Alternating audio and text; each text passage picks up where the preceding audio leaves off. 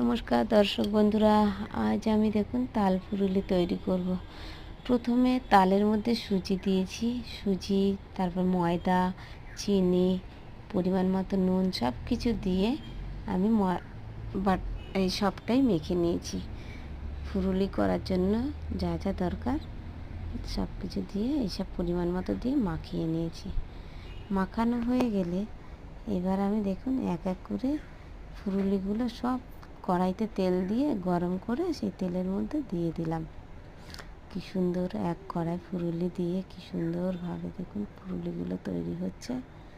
আর এইভাবে উল্টে পাল্টে ভালোভাবে বেশ সুন্দর করে আমি ফুরুলিটা ভেজে নিয়েছি।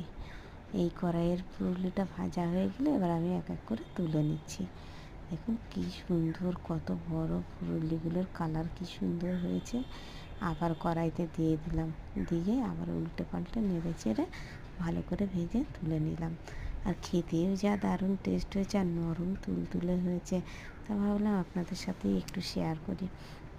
এইরকমভাবে ফুরুলিটা সম্পূর্ণটাই ভেজে নিলাম, ভেজে নিয়ে তোলা হয়ে গেল। আর বন্ধুরা, এইরকম নতুন নতুন ভিডিও পেতে হলে আমার চ্যানেলকে অবশ্যই আপনাদের সাবস্ক্রাইব করতে হবে, তা নাহলে কী করে আপনাদের কাছে পৌঁছবে। আর ভালো লাগলে শেয়ার কমেন্ট অবশ্যই করবেন।